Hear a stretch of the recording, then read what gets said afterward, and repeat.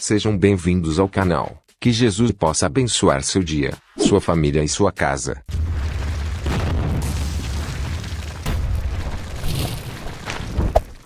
Diz assim: veio a palavra do Senhor a Jonas, filho de Amitai, dizendo: levanta-te e vai à grande cidade de Nínive, e clama contra ela, porque a sua malícia subiu até mim.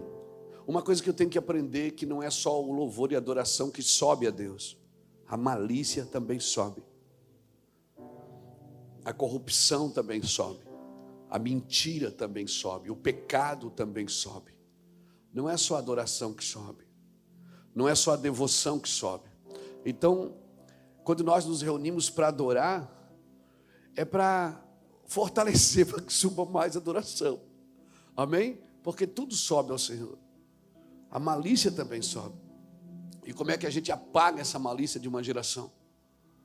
Jesus fez isso na cruz, perdoando seus pecados. Mas nós, como os ministros do Senhor, como sacerdotes do Senhor, você é um sacerdote do Senhor.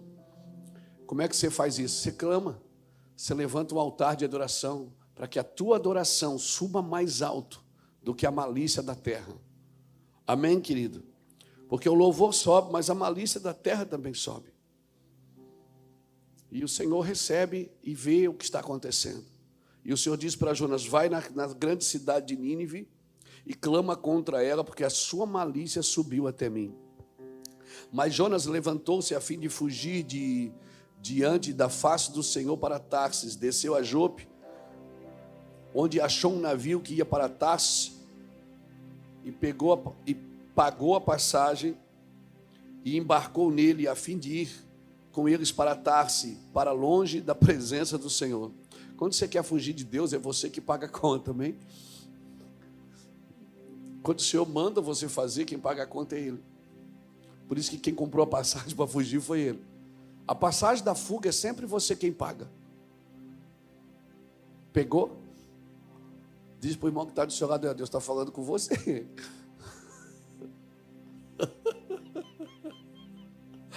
Aí ele falou assim: mas o Senhor mandou ao mar um grande vento, e fez-se no mar uma grande tempestade, de modo que o navio estava a ponto de se despedaçar. Então temeram os marinheiros e clamaram cada um ao seu Deus. Cada um ao seu Deus. Estava cheio de Deus naquele navio. Lançaram ao mar carga de navio para aliviarem do seu peso. Jonas, porém, descera ao porão, onde se deitou e dormia num sono profundo. Não estava nem aí para nada.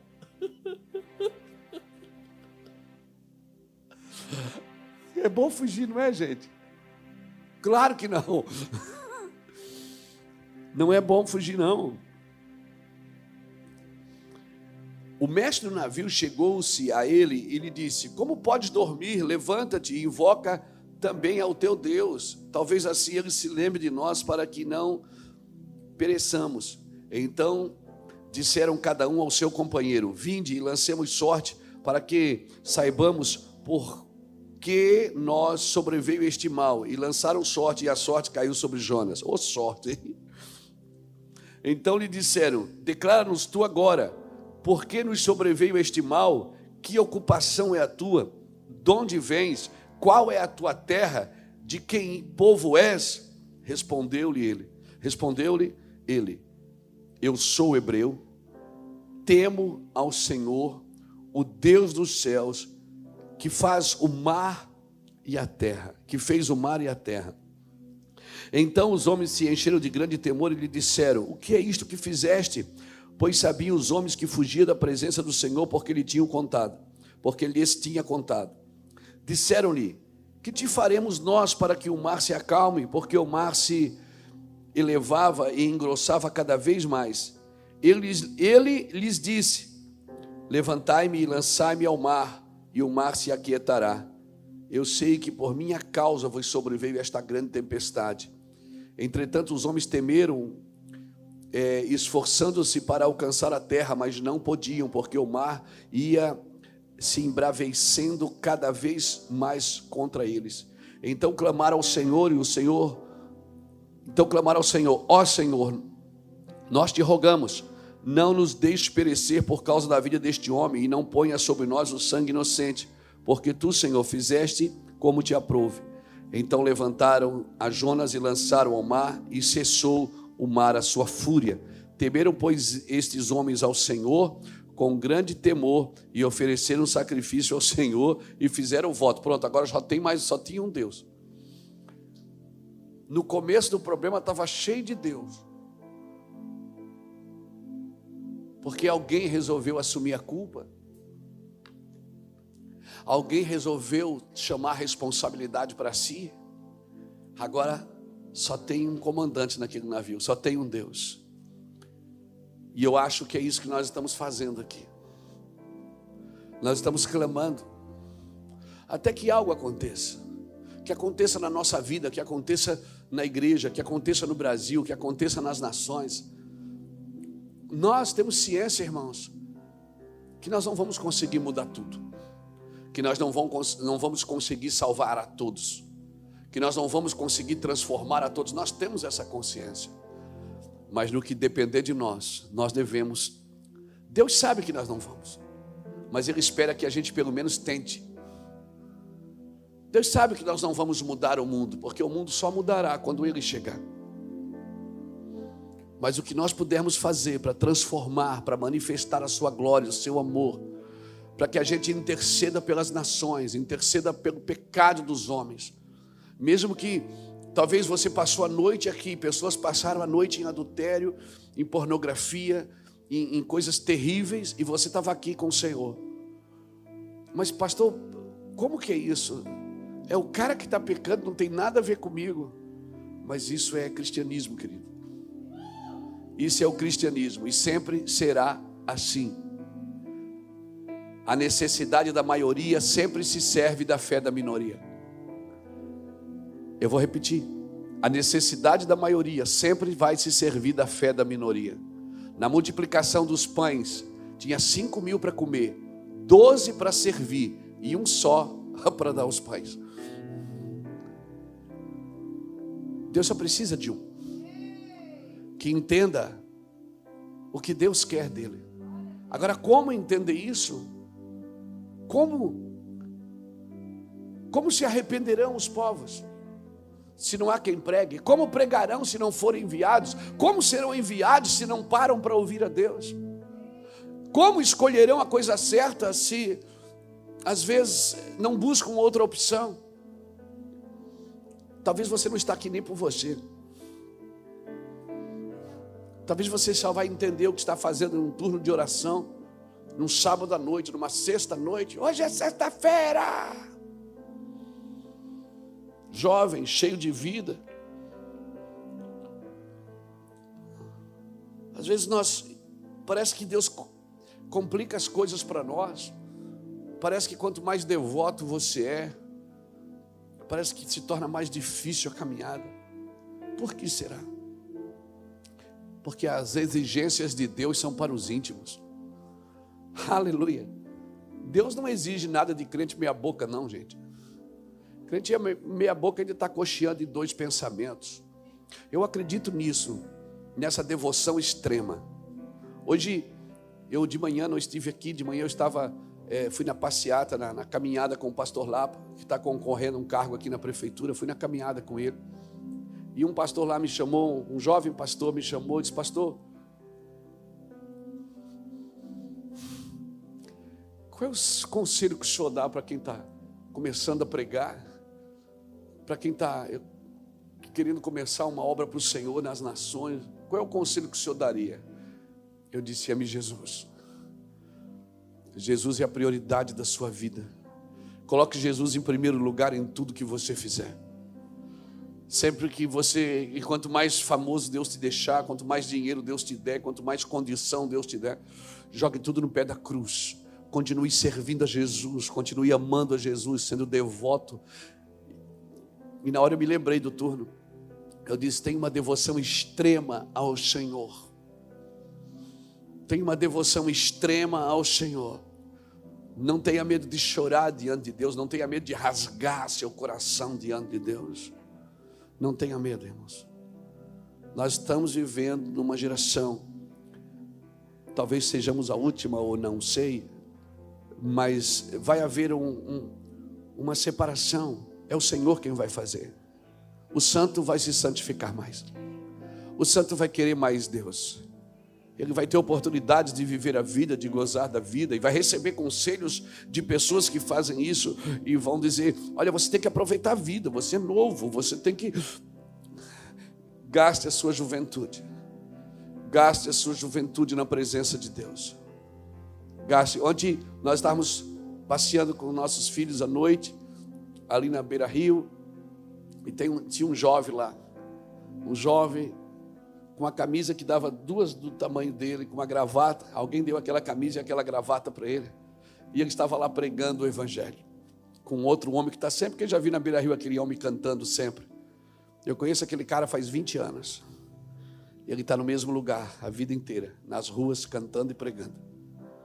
Aquele cara, quando eu comecei o meu van aqui, o Roberto, o nome dele, um senhor grandão, ele passava de bicicleta, eu andando nas ruas, às vezes, em Itajaí, ele passava por mim: Hermínio, eu te amo, diz o Senhor. Eu disse: irmão Roberto, eu te amo também, diz o Senhor. E ontem eu fui lá, eu estava em casa, ontem à tarde eu estava em casa. Eu cheguei de viagem, eu, o Fernando e o Reuel, e eu tinha ganho uma oferta onde eu fui pregar. E Deus, eu cheguei em casa à tarde, Deus mandou eu separar uma oferta para dar para aquele homem. Eu dei uma oferta ontem para ele, Lucas, por vocês. Porque eu sei que vocês estão se organizando para fazer isso. Eu fui na frente, disse: Deus, eu quero ofertar para aquele homem que está 20 anos nas ruas, em cima de uma bicicleta de carga, mora de favor na casa de um parente, não tem nem banheiro onde ele mora. Eu fui lá e disse à noite, eu e o Charles, fomos lá, né, Charles? Fomos lá à noite, sentei com ele lá, ontem à noite um pouquinho, levamos uma oferta para ele. Disse, eu cheguei perto, eu não sabia. O que aconteceu? Eu não sabia que era o Roberto. Eu sempre via aquele homem cantando ali, mas eu não sabia que era o Roberto. Fazia anos que eu não via ele, mas eu conheço ele há 20 anos. Fazia uns 8 anos que eu não via mais ele, e ele, irmão, o reino ali expandiu, porque ele está enorme. É a expansão do reino de Deus ali. Ele era um templo do Espírito, agora ele é uma catedral. Ele virou uma catedral do Espírito. E eu cheguei lá e disse para o Charles, muito ligeiro, ele ficou me olhando. Eu disse: Charles, segura aqui, a gente estava comendo alguma coisa. Ele disse, ele olhou para mim e disse: eu estou prestando atenção, pastor, em ti, desde a hora que nós chegamos aqui. Tu vai lá? Eu digo: vou. Eu disse: Deus mandou eu separar uma oferta para esse irmão hoje, daquilo que eu ganhei de oferta onde eu fui pregar. Talvez ele nunca vai em lugar nenhum pregar numa igreja. Talvez ele nunca vai ganhar uma oferta. Talvez ele nunca vai escrever um livro. Talvez ele nunca vai aparecer num vídeo na internet. Deus fez isso comigo, então eu tenho que cuidar dos meus irmãos, que estão nas valas, que estão nos becos, que estão nas favelas, que estão nas praças, que estão nas ruas. Irmãos, eu vejo um grande movimento de evangelismo tocando a nossa nação. Eu vejo um fogo de evangelismo pegando os jovens dessa nação. Uma devoção, mas para que você faça isso, você vai precisar de uma devoção extrema, querido. Uma devoção extrema, porque você não vai poder ter vergonha de fazer isso. Você vai ter que estar amando tanto aquelas pessoas. Então, antes de você ir, antes de levar seu celular para filmar, leve seu coração para amar. Leve seu coração para amar, ame as pessoas. Depois você pode até botar um vídeo, mas primeiro ame as pessoas. Mostre para elas o amor de Deus. E não se zangue, como Jonas, que se zangou. Porque a sentença que estava na boca dele se transformou em arrependimento de uma geração na cidade de Nínive. A cidade inteira converteu. A cidade inteira se prostrou ao Senhor. E ontem à tarde Deus falou comigo isso, eu corri lá à noite e demos uma oferta. A Iraci veio aqui para o Ministério das Mulheres, que estavam ontem era o turno delas.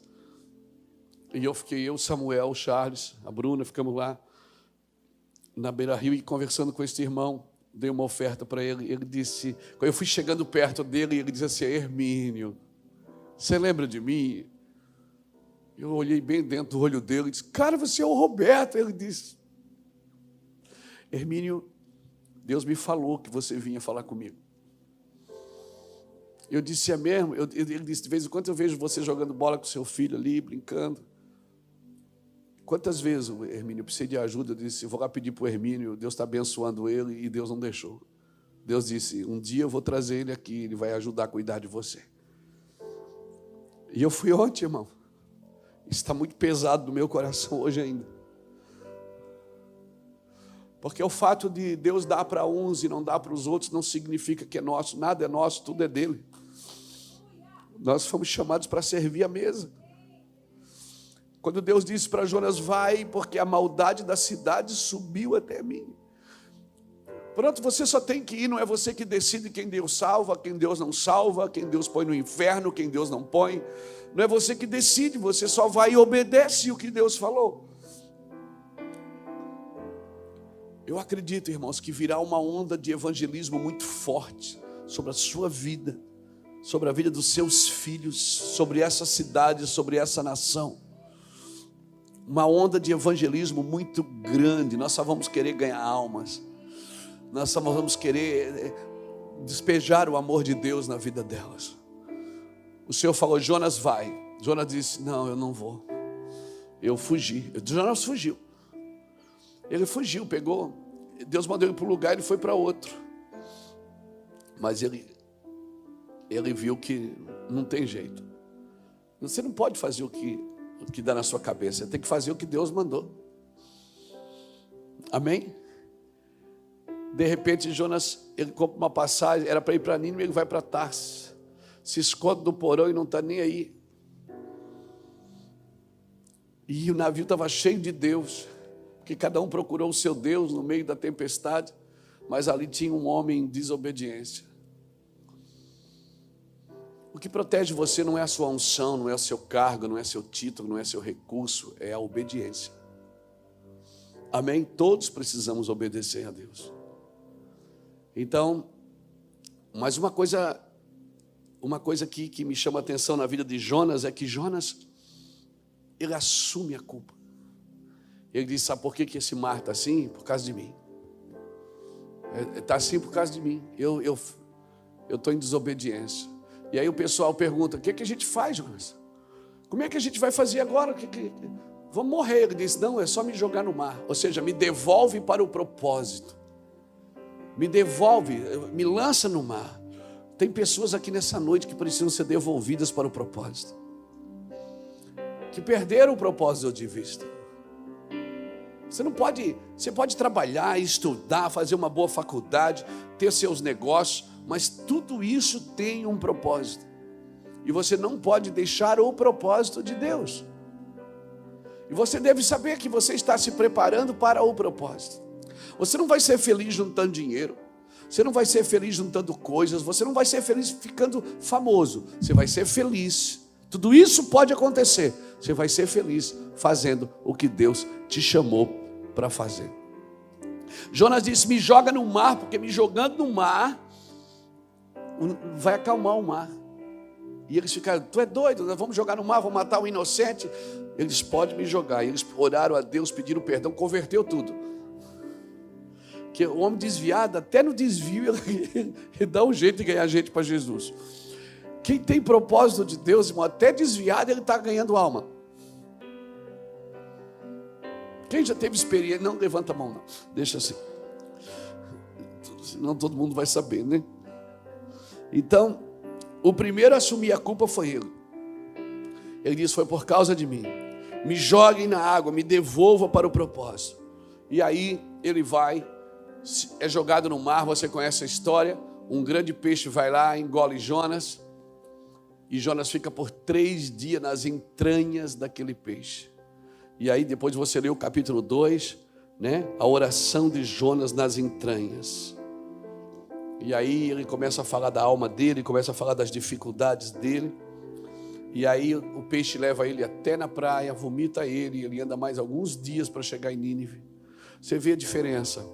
de você estar num lugar de fuga e num lugar secreto. Às vezes, irmãos, a gente faz da oração um lugar de fuga para nós. A oração não pode ser um lugar de fuga. A oração é um lugar secreto. O lugar de fuga era o porão do navio. O lugar secreto era o ventre do peixe. O lugar secreto é Deus quem te leva para lá. O lugar secreto é Deus quem te leva. O lugar de fuga é você que vai para fugir daquilo que Deus estabeleceu para você. Irmãos, nós precisamos da oração. Sem a oração, sem a devoção. Qual é a diferença da oração e da devoção, pastor? É que orar é um conjunto de ação, de falar e agir. Devoção não. Devoção você só se derrama diante de Deus. E ao sair daqui você tem devoção a Deus em qualquer lugar que você está. Devoção você tem alianças com Deus nos seus ouvidos, nos seus olhos, na sua mente, nos seus sentimentos, nos seus pensamentos. A ave de rapina pode até sobrevoar a sua cabeça, mas ela não vai pousar. Você pode ser até tentado, você pode ser até pensamentos ruins, pensamentos imorais, você pode ter essas coisas, mas você está sempre fugido. Você é um fugitivo, não de Deus, mas do pecado. Você está sempre correndo do pecado. Amém? Amém, irmãos? Louvado seja Deus. Essa angústia é uma boa angústia. A fuga do pecado é uma boa. Pastor, mas então eu vou passar isso o resto da vida? É. Porque se você não tiver por que labutar, você vai ter sempre uma escolha para fazer. Sempre Deus vai colocar um lugar na sua frente para você escolher. Amém? Sempre que Deus quiser levar você para um nível maior, um lugar maior. Quando eu falo maior, irmão, não é mais aplausível, não. É um lugar de mais devoção. Deus está sempre te dando. Ele vai te dar sempre experiências de escolhas. Você vai ter sempre que deixar algo por Ele. Amém? Você, sempre. Ele vai dizer, você quer isso ou quer eu? Você quer aquilo ou quer eu? Você quer isso, essa pessoa, ou você quer eu? Sempre vai ser assim. Devoção é isso. É dar a Ele o primeiro lugar. Amém? Então, querido, Jonas foi para Nínive e ficou pregando em Nínive. Você conhece a história? Ficou pregando e pregando, mas a ideia dele era que Deus ia destruir, porque a sentença era, eu destruirei essa cidade. Só que a palavra de Jonas, quando foi liberada, o povo se arrependeu. Até o rei, até o rei levantou um jejum, até os animais jejuaram em Nínive. E Deus perdoa aquele povo. E agora, se você vê no capítulo 4, Jonas está irado, porque Deus perdoou.